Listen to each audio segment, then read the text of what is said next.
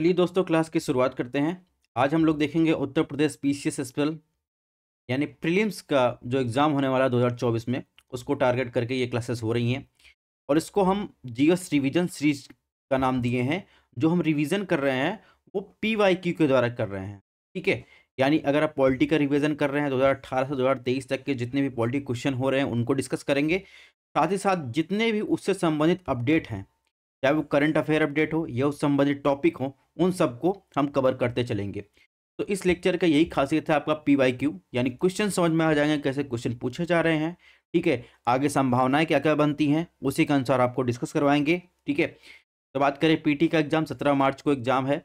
ठीक है, ये एपिसोड 2 है। इसी प्रकार हम इन्वायरमेंट इकोलॉजी की क्लासेस चला रहे हैं, ज्योग्राफी की क्लासेस चला रहे हैं, ताकि आपका रिवीजन भी हो जाए और आपको संभावनाएं पता चल जाए कि कौन से क्वेश्चन आने की ज़्यादा संभावना है, कौन से क्वेश्चन ज़्यादा रिपीट हो रहे हैं। ठीक है, बात करें पीडीएफ की, तो पीडीएफ के लिए आपको हमारा टेलीग्राम चैनल ज्वाइन करना पड़ेगा। डिस्क्रिप्शन बॉक्स में लिंक दी गई है और व्हाट्सअप पेज भी ज्वाइन करना पड़ेगा।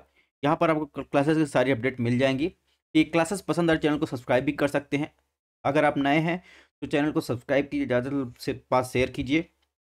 बात करें एपिसोड 2 में क्वेश्चन नंबर 11 की बात करते हैं, क्योंकि एपिसोड फर्स्ट में हम क्वेश्चन नंबर 10 तक देख चुके हैं। सॉरी, इसने पूछा है बिना अनुमति के कितने दिनों तक संसद से अनुपस्थित रहने पर कोई एमपी यानी मेंबर ऑफ पार्लियामेंट अयोग्य ठहराया जाए।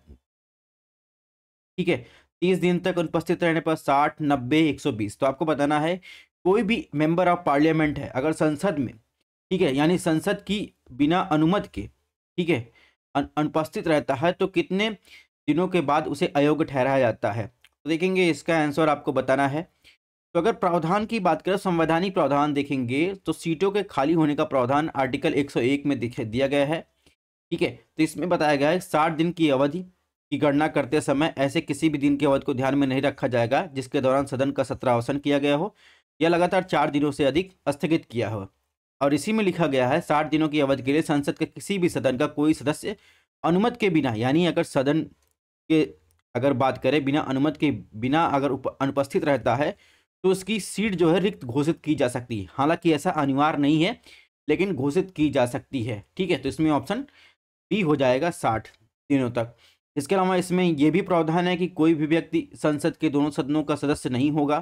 ठीक है, और इसके अलावा व्यक्ति जो है, कोई व्यक्ति संसद यानी लोकसभा और राज्यसभा और किसी राज्य के विधानमंडल के दोनों में से एक का ही सदस्य हो सकता है, दोनों का सदस्य नहीं हो सकता है। इस संबंधित प्रावधान दिए गए हैं, इसको आप देख सकते हैं।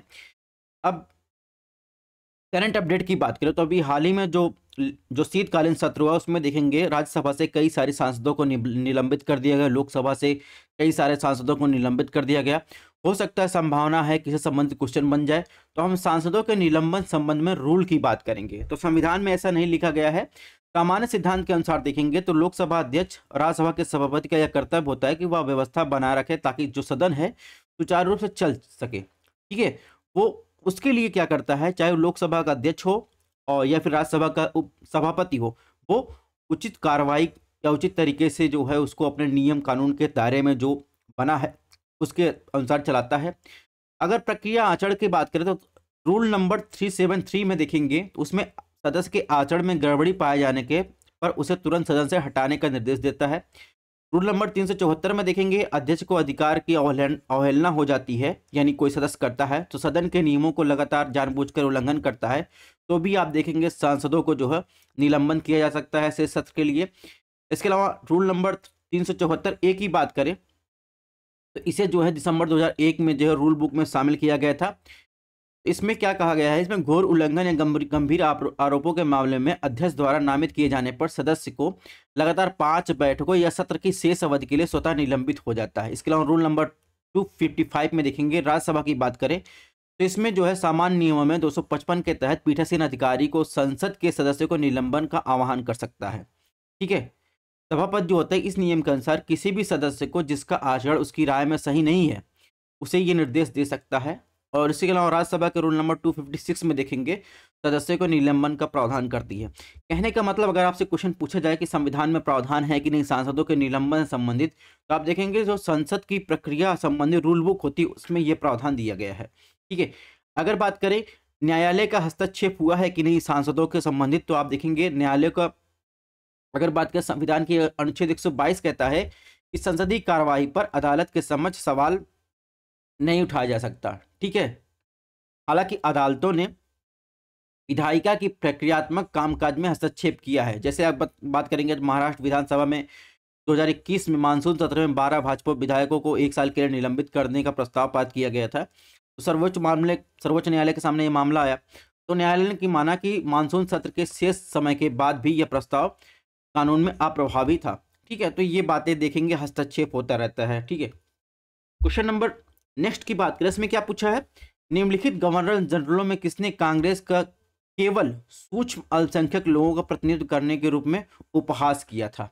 ठीक है, तो Lord Dufferin, Lord Curzon, Lord Minto, Lord Lansdowne. तो आपको बताना है कि कौन सा वो गवर्नर था जिसने जो है कांग्रेस को केवल एक सूक्ष्म अल्पसंख्यक यानी माइक्रोस्कोपिक माइनॉरिटी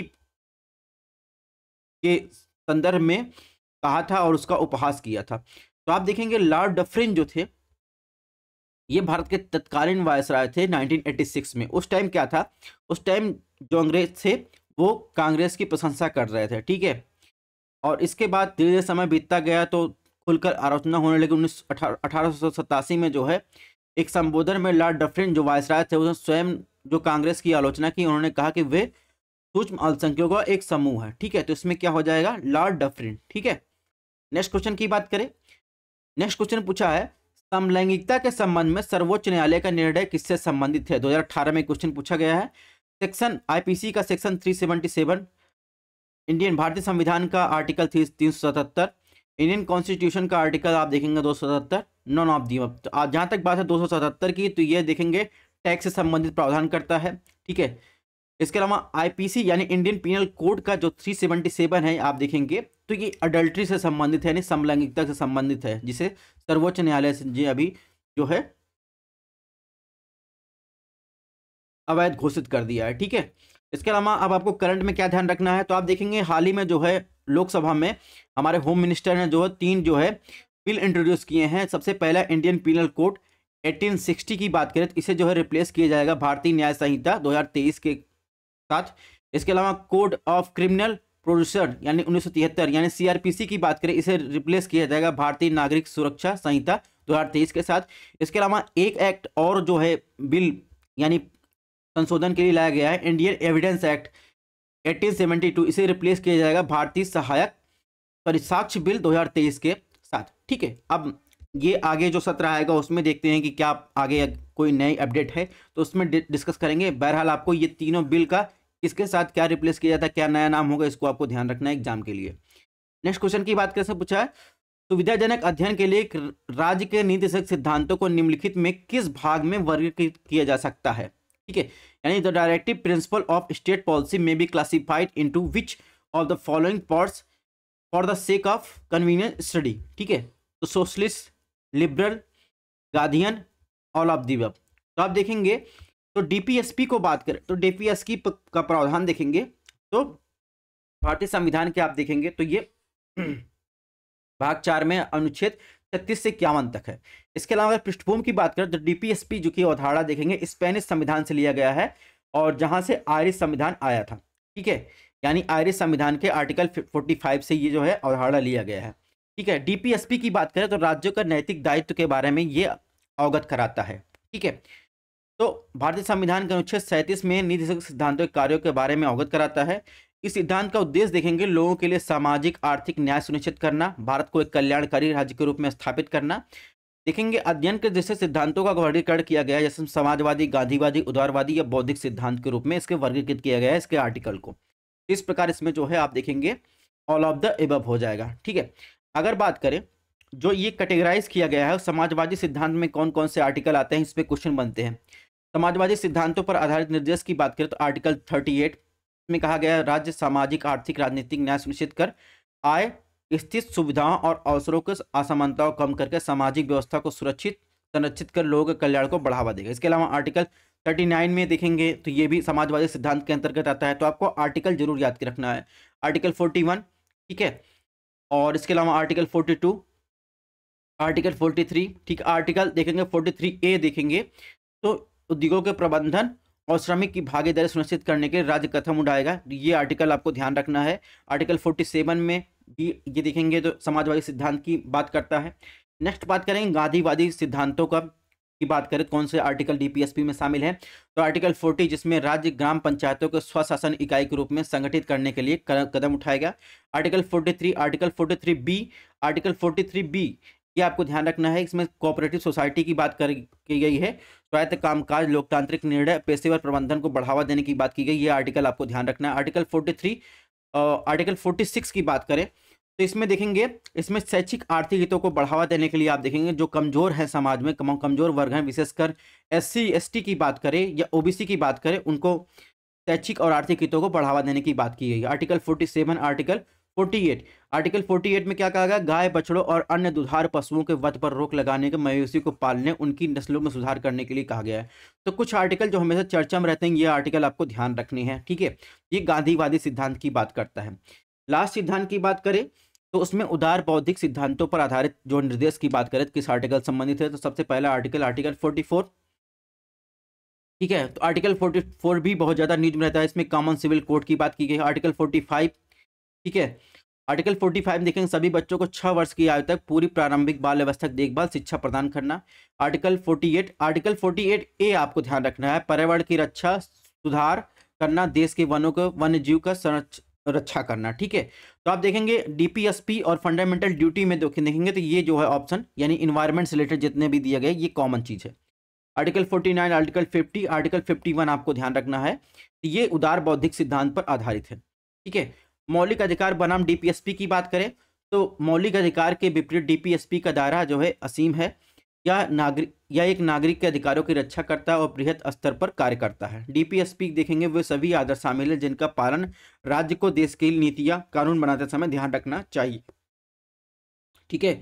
मौलिक अधिकार की प्रकृति क्या है, नकारात्मक या निषेधात्मक। क्यों? क्योंकि राज्य पर सीमाएं आरोपित करता है। राज्य जो है आपके फंडामेंटल राइट्स का उल्लंघन नहीं कर सकता। अगर राइट्स का उल्लंघन करेगा तो आप सीधे सुप्रीम कोर्ट जा सकते हैं, हाई कोर्ट जा सकते हैं। लेकिन जहां तक डीपीएसपी की बात करें तो यह सकारात्मक है, ठीक है। या डीपीएसपी देखेंगे कानून द्वारा प्रवृत्ति नहीं, यानी अगर डीपीएसपी में जितने आर्टिकल में कोई प्रावधान दिए गए अगर वो राज्य नहीं प्रोवाइड करवाता है तो आप जो है देखेंगे तो आप कोर्ट नहीं जा सकते, ठीक है। इसके अलावा देखेंगे तो ऐसा नहीं है कि डीपीएसपी और फंडामेंटल राइट आपको अलग अलग देखने को मिलेंगे। कई जगह देखेंगे तो डीपीएसपी फंडामेंटल राइट एक साथ साथ चलते हैं, ठीक है। इसको आगे जो संबंधित केस गए हैं सुप्रीम कोर्ट में और सुप्रीम कोर्ट ने अपनी व्याख्या दी है उसमें समझेंगे, ठीक है। डीपीएसपी मौद्रिक अधिकार के अधीनस्थ नहीं है, ठीक है, वो अलग है। डीपीएसपी में संशोधन की बात करें यहाँ पर आपको ध्यान रखना है, ठीक है। रिवीजन सीरीज में आपका यही फायदा है। तो 42वें संविधान संशोधन द्वारा इसमें जो है नए निर्देश जोड़े गए थे, ठीक है, जिसमें 39A गरीब बच्चों को निःशुल्क कानूनी सहायता, 43A उद्योग प्रबंध श्रमिकों की भागीदारी, 48A में पर्यावरण की रक्षा उसमें सुधार। इसके अलावा 44वें संविधान संशोधन द्वारा देखेंगे 1977 में देखेंगे धारा 2 को अनुच्छेद 38 में सम्मिलित कर घोषित किया गया, राज्य विशेष रूप से आय में आर्थिक असमानता को कम करने के लिए व्यक्तियों के बीच नहीं बल्कि समूहों के बीच स्थित सुविधाओं अवसरों संबंधी असमानता को खत्म करने का प्रयास करेगा। इसी के फलस्वरूप यानी 44 अमेंडमेंट के फलस्वरूप आप देखेंगे मौलिक अधिकार की सूची से संपत्ति के अधिकार को भी समाप्त कर दिया गया, ठीक है। इसमें आप देखेंगे बहुत सारे मामले अभी आपको डिस्कस करेंगे कि कैसे ये मामले आए, कैसे ये संविधान संशोधन हुआ। 2002 में देखेंगे तो डीपीएसपी संशोधन किया गया। 86वें संविधान संशोधन अनुच्छेद 45 में एक विषय वस्तु को बदल दिया गया और देखेंगे और प्रारंभिक शिक्षा अनुच्छेद 21A के तहत इसे फंडामेंटल राइट बना दिया गया। अगर बात करें मौलिक अधिकारों और डीपीएसपी के संबंध संघर्ष की बात करें जो मामले आए तो सबसे पहला है चंपक दोराई राजन बना मद्रास राज्य 1951 का मामला, ठीक है। तो कुल मिलाकर आप देखेंगे इसमें मौलिक अधिकार डीपीएसपी के बीच संघर्ष का जो है मामला है, ठीक है। तो इसके अलावा गोलकनाथ बनाम पंजाब राज्य का मामला आया, ठीक है। तो इसमें वही मामला था कि जमीन एक फंडामेंटल राइट था जमीन रखने का और उसमें उल्लंघन हो रहा था डीपीएसपी को लागू करवाने के लिए, तो सरकार और लोगों के बीच जो है ये मामला था। इसके अलावा केशवानंद भारती मामला है केरल राज्य के मामले में, ठीक है। इसमें ही आप देखेंगे बेसिक स्ट्रक्चर की अवधारणा दी गई, ठीक है। और इस प्रकार देखेंगे इसमें क्या किया गया, संपत्ति के अधिकार को अनुच्छेद 31 को मौलिक अधिकार से सूची से हटा दिया गया, ठीक है। मिनर्वा मिल्स मामला आया तो इसमें भी मूल ढांचे को नहीं बदल सकती यह निर्णय सुनाया गया, ठीक है। टीपीएसपी और कार्यान्वयन संबंध अधिनियम और संशोधन की बात करें, भूमि सुधार संबंधी नियमों को लागू करवाने के लिए देखेंगे तो संशोधन किए गए एक्ट में, ठीक है। इसके अलावा श्रम सुधार में बहुत सारे कानून बनाए गए, ठीक है। पंचायती राज व्यवस्था, कुटीर उद्योग को लागू करवाने के लिए, ठीक है। शिक्षा, ग्रामीण क्षेत्र के विकास, स्वास्थ्य, पर्यावरण, विरासत संरक्षण, ठीक है। तो इन सबके लागू करवाने के लिए आप देखेंगे बहुत सारे संशोधन कानून बनाए गए हैं, तो इनको आपको पीडीएफ से पढ़ लेना है। नेक्स्ट क्वेश्चन की बात करें, क्या पूछा, निम्नलिखित में किसे अशोक चंद्र ने भारत की आर्थिक कैबिनेट कहा था? Planning commission, finance commission, central cabinet, administration reform commission. तो आपको बताना है कि निम्नलिखित में किसे अशोक चंद्र ने भारत की आर्थिक कैबिनेट कहा था। बहरहाल बात करें, अशोक चंद्र ने जो है प्लानिंग कमीशन यानी योजना आयोग को भारत की आर्थिक कैबिनेट कहा था। तो आपको ये पता होगा कि प्लानिंग कमीशन अब जो है समाप्त हो चुका है, उसकी जगह आप देखेंगे तो national institute for transforming India यानी नीति आयोग आ गया है, जिसके अध्यक्ष होते हैं, पहले भी आप देखेंगे योजना आयोग के अध्यक्ष कौन थे? प्रधानमंत्री होता था। अभी भी देखेंगे नीति आयोग का अध्यक्ष प्रधानमंत्री होता है। इसकी स्थापना 1 जनवरी 2015 की गई, ठीक है। उपाध्यक्ष की बात करें, उपाध्यक्ष प्रधानमंत्री द्वारा नियुक्त किया जाता है, तो इस समय उपाध्यक्ष जो है सुमन बेरे हैं, ठीक है। इसके अलावा आप देखेंगे सीईओ कौन है नीति आयोग के? तो BVR सुब्रमण्यम है, ठीक है। तो ये चीजें आपको ध्यान रखना है। और पदेन सदस्य की बात करें, मध्य प्रदेश अधिकतम 4 सदस्य को जिन्हें प्रधानमंत्री द्वारा नामित किया जाता है, तो ये नियुक्त कर सकता है, ठीक है। और सीईओ की बात कर ही लिए, प्रधानमंत्री द्वारा नियुक्त किया जाता है, जो भारत सरकार के सचिव पद पर होंगे, ठीक है। इसके अलावा नीति आयोग देखेंगे तो पहले प्लानिंग कमीशन था, तो 5-5 साल का वो डॉक्यूमेंट प्रकाशित किया था। अब नीति आयोग देखेंगे तो नीति आयोग बहुत सारे डॉक्यूमेंट प्रकाशित करता है, 15 साल का विजन, 7 साल का जो है रणनीति का, और 3 साल का जो है एक्शन एजेंडा, ये सब प्रकाशित करता है। इसके अलावा कभी कोई क्वेश्चन पूछा जाता है, नेशनल डेवलपमेंट काउंसिल, जिसकी स्थापना आप देखेंगे 6 अगस्त 1952 की गई, ठीक है। इसके अध्यक्षता प्रधानमंत्री करता है, ठीक है। और प्लानिंग कमीशन के बारे में आपको ध्यान रखना है, कौन से ईयर में कौन सा प्लानिंग कमीशन था, ग्रोथ रेट क्या थी, यहाँ पर लिस्ट दी गई है, इसको आपको पढ़ लेना है, ठीक है। और कब देखेंगे प्लान हॉलीडे था, ये सब जो है आपको पढ़ लेना है। अगर प्लानिंग कमीशन की बात कर रहे हैं, सॉरी नीति आयोग की बात करें, तो नीति आयोग से संबंधित एक नया करंट अपडेट है, ये आपको ध्यान रखना है। तो हाल ही में देखेंगे वित्त आयोग के नए अध्यक्ष अरविंद पनगड़िया की नियुक्ति हुई, तो यहाँ पर वित्त आयोग की बात कर रहे थे। हालांकि अरविंद पनगड़िया नीति आयोग के जो है आप देखेंगे, ठीक है, नीति आयोग के पहले जो है आप देखेंगे उपाध्यक्ष रहे हैं, इसलिए इसको ध्यान में रखना, नीति आयोग के पहले उपाध्यक्ष रहे हैं। और अभी में हाल ही में जो है 16वें वित्त आयोग के नए अध्यक्ष बनाए गए हैं अरविंद पनगड़िया, ठीक है। और वित्त आयोग की बात करें, संविधान के देखेंगे अध्याय 1 के भाग देखेंगे 12 के तहत जो है अनुच्छेद 280 के तहत इसका प्रावधान है। और वित्त आयोग का काम है देखेंगे संघ और राज्यों के बीच जो है फाइनेंस का बंटवारा करना, ठीक है। इसके पहले जो है वो तो 15वें वित्त आयोग के अध्यक्ष कौन थे? NK सिंह, ठीक है। तो ये चीजें आपको ध्यान रखनी है।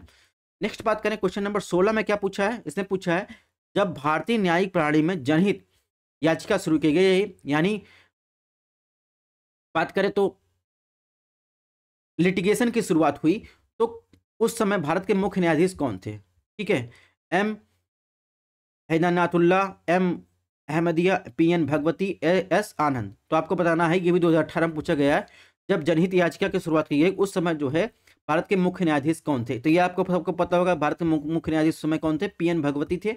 PN भगवती की बात करें तो 17वें चीफ ऑफ जस्टिस से 1985 में, ठीक है। और इन्हीं के कार्यकाल में जो है आप देखेंगे PIL जनहित याचिका की शुरुआत की गई, ठीक है। और पहली जनहित याचिका आप देखेंगे तो हुसैन नारा खातून बनाम बिहार राज्य के मामले में आई थी। PIL की अवधारणा की बात करें तो ये एक अवधारणा है, भारत के संविधान का अनुच्छेद 39A के अंतर्गत इसे प्रावधान है, यानी यह अनुच्छेद प्रावधान करता है कि भारत के प्रत्येक नागरिक को भारतीय कानून सहायता त्वरित सामाजिक न्याय को सुनिश्चित किया जाना चाहिए। तो इसका संबंध DPSP के 39A से है, ठीक है। इसके अलावा सुप्रीम कोर्ट की बात कर रहे हैं तो कुछ और फैक्चुअल इन्फॉर्मेशन देख ले, तो अभी हाल ही में देखेंगे तो धनंजय वाई चंद्रचूड़ 9 नवंबर 2022 को भारत के नए मुख्य न्यायाधीश के रूप में नियुक्त किए गए। ये भारत के 50वें CJI हैं, ठीक है। इसके पहले आप देखेंगे इस UU ललित थे, ठीक है, भारत के 49वें CJI थे। अब हम लोग बात करते हैं महिलाओं की, ठीक है। महिलाओं की बात करें, महिलाओं करंट में न्यूज था, तो भारत की पहली जो है फीमेल सुप्रीम कोर्ट की जज थी, ठीक है, जस्टिस फातिमा बीवी। वो अभी हाल ही में देखेंगे 96 की उम्र में जो है गुजर गई, इसलिए ये न्यूज में था, इसको आपको ध्यान रखना है। तो जब ये रिटायर हुए सुप्रीम कोर्ट के जज के पद से, तो बाद में इनको तमिलनाडु का गवर्नर भी बनाया गया, ठीक है। इसके अलावा देखेंगे करंटली जो है 34 जज जो है इंक्लूडिंग CJI के थ्रू ये सुप्रीम कोर्ट में कार्य कर रहे हैं, यानी फुल बेंच कार्य कर रही है। इसके अलावा बात करें तो जस्टिस रूमा पाल जो देखेंगे, ठीक है, सुजाता मनोहर के बाद देखेंगे सबसे लॉन्गेस्ट जो है काम करने वाली सुप्रीम कोर्ट की जज हैं, ठीक है, तो ये आपको भी ध्यान रखना है, ठीक है। जस्टिस फातिमा बेबी की जरूर ध्यान रखना है क्योंकि अभी हाल ही में इनका निधन हुआ, ये चीजें ध्यान रखनी है।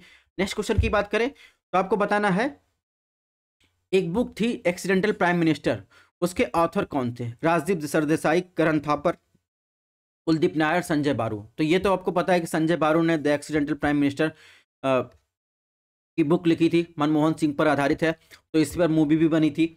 अब बात करें कुछ और न्यू बुक जो न्यूज़ में रही हैं, एक बुक है Arun Jaitley a new India, ठीक है, 2014-2019, इसे लिखा है भारत के जो उपराष्ट्रपति थे पहले, इसके पहले जो उपराष्ट्रपति थे वेंकैया नायडू ने लिखा है, ठीक है।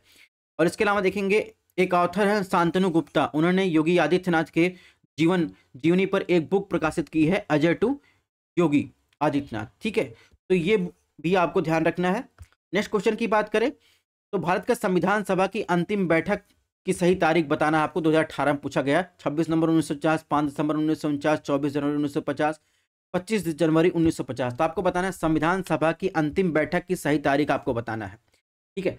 तो आज हम आपको कुछ नए तरीके से इसको समझाते हैं कि एक क्रोनोलॉजी, इन्फोग्राफिक्स पे एक क्रोनोलॉजी समझाएंगे ताकि आपको हमेशा याद रहे।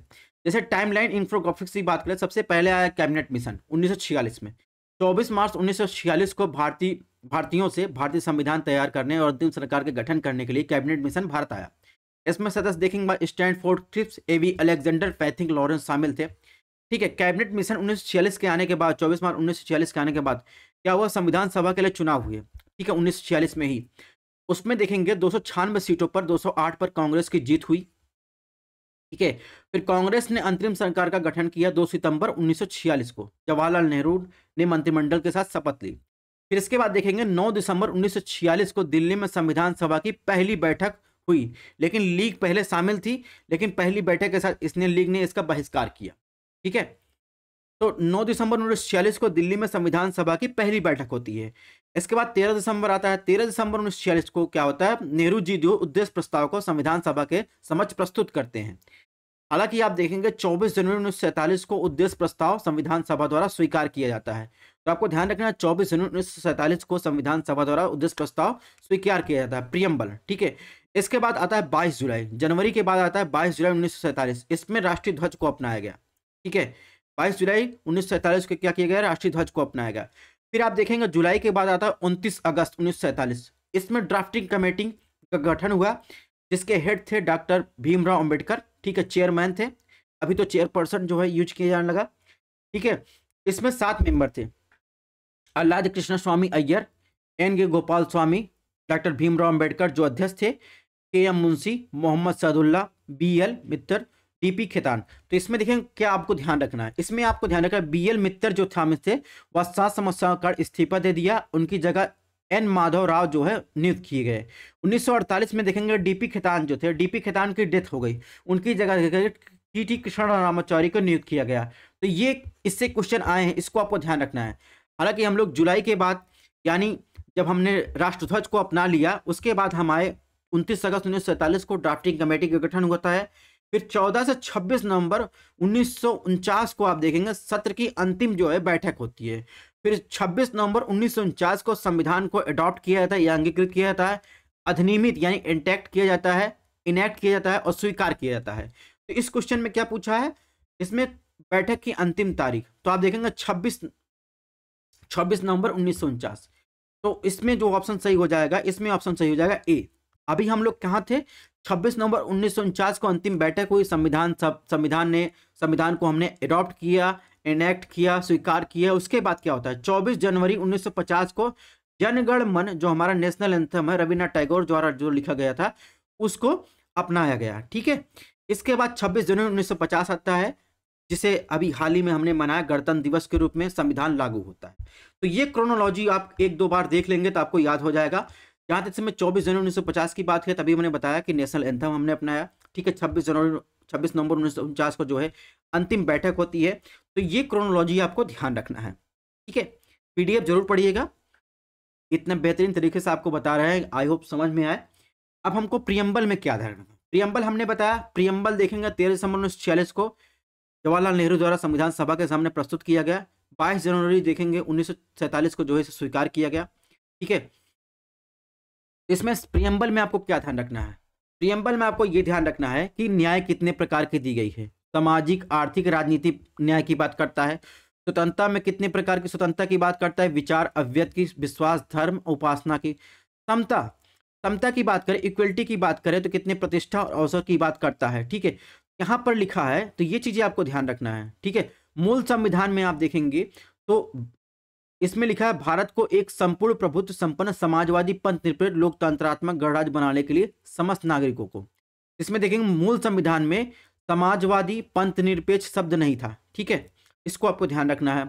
इसके अलावा देखेंगे इसमें लिखा है दृढ़ संकल्प होकर अपनी संविधान सभा में आज तारीख 26 नवंबर 1949 यानी संविधान सभा की जिस दिन अंतिम बैठक थी उसी दिन का इसमें जिक्र किया गया है।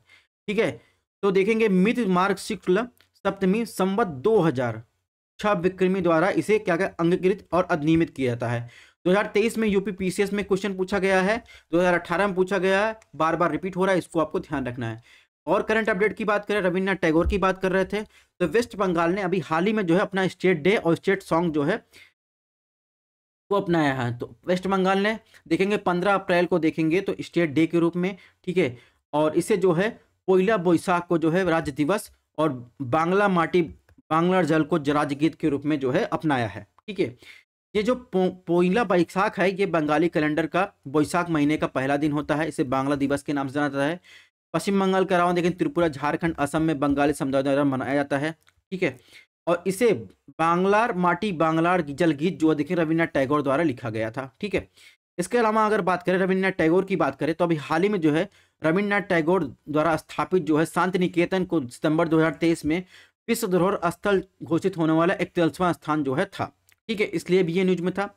इसके अलावा अगर बात करें पूरे भारत में कितने जो है वर्ल्ड हेरिटेज साइट है तो उसमें टोटल वो है अभी वर्तमान तक 42 वर्ल्ड हेरिटेज साइट हो चुके हैं, जिसमें आप देखेंगे 34 कल्चरल, 7 नेचुरल, एक जो है मिश्रित स्थल है। ठीक है, मिश्रित स्थल में जो है कंचनजंगा राष्ट्रीय उद्यान सिक्किम जो है देखेंगे भारत का पहला एकमात्र मिश्रित जो है के रूप में अपनाया गया है। तो ये आपको ध्यान रखना है। नोबेल पुरस्कार शांति विजेता नोबेल पुरस्कार विजेता रविन्द्रनाथ टैगोर जो थे उनका जो शांति निकेतन की स्थापना की गई थी उसे जो है आप देखें 41वें यूनेस्को वर्ल्ड हेरिटेज के साइट के रूप में अपनाया गया है।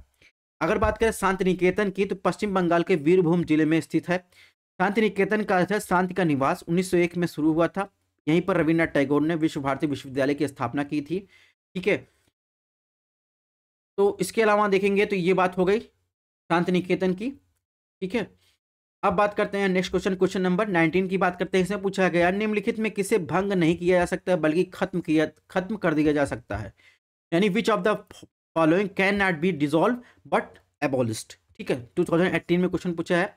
हाउस ऑफ पीपुल यानी जैसे लोकसभा कहते हैं, house of council of state यानी राज्यसभा, लेजिस्लेटिव असेंबली यानी विधानसभा, लेजिस्लेटिव काउंसिल जिसे विधान परिषद कहते हैं। तो आपको बताना है किसे भंग नहीं किया जा सकता है और जिसे बल्कि खत्म कर दिया जा सकता है। तो आप देखेंगे इसमें जो बात कर रहा है ये राज्यों के काउंसिल यानी राज्यसभा की बात कर रहा है, उच्च सदन की बात कर रहा है, जिसका गठन 3 अप्रैल 1952 को हुआ था। पहला सत्र देखेंगे 13 अप्रैल 1952 को आयोजित किया गया था। ठीक है, इसके अलावा जो काउंसिल ऑफ स्टेट है भारतीय संसद का दूसरा सदन है, जिसकी स्थापना मॉन्टेगू चेम्सफोर्ड रिफॉर्म 1919 के आधार पर की गई थी।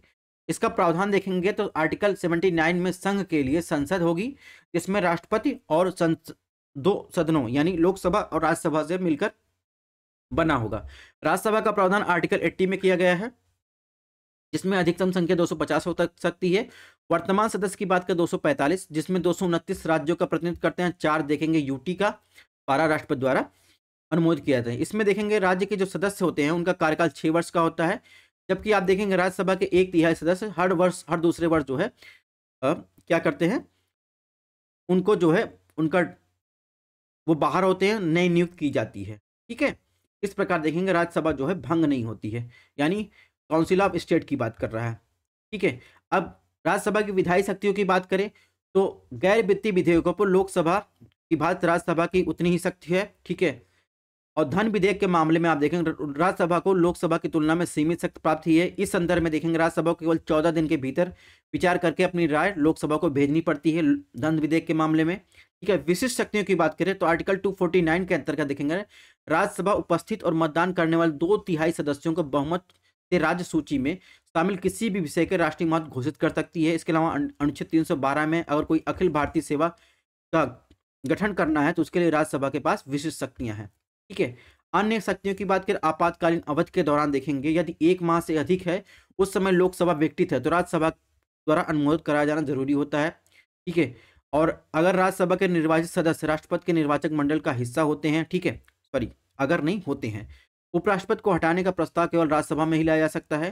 ठीक है, ज्वाइंट सेशन के निर्णय की बात करें तो इसमें देखेंगे सामान्य कानूनों पर अगर कोई ज्वाइंट सेशन होता है तो इसमें देखेंगे दोनों सदनों के संयुक्त सत्र बुलाया जाता है, लेकिन आप देखेंगे लोकसभा की राय जो है प्रबल होती है क्योंकि संख्या इनकी अधिक होती है। नेक्स्ट क्वेश्चन की बात करें, क्वेश्चन में क्या पूछा है, भारत सरकार ने महिला बाल विकास के लिए एक स्वतंत्र मंत्रालय की स्थापना कब की? 1985, 1986, 1987, 1988। कई जगह आप देखेंगे 2006 में बताया गया है, लेकिन ये गलत है। इसके पहले क्या था, बाल विकास मंत्रालय जो था एक विभाग था। ठीक है, मानव संसाधन विकास मंत्रालय के अंतर्गत एक भाग के रूप में काम करता था 1985 में। तो इस विभाग की स्थापना 30/1/2006 में मंत्रालय के रूप में की गई। ठीक है, इसमें स्वतंत्र मंत्रालय की स्थापना कब की गई? इसमें देखिए ऑप्शन जो है गलत है, लेकिन देखेंगे 2006 इसमें होना चाहिए। स्वतंत्र मंत्रालय की स्थापना देखेंगे 2006 में की गई है।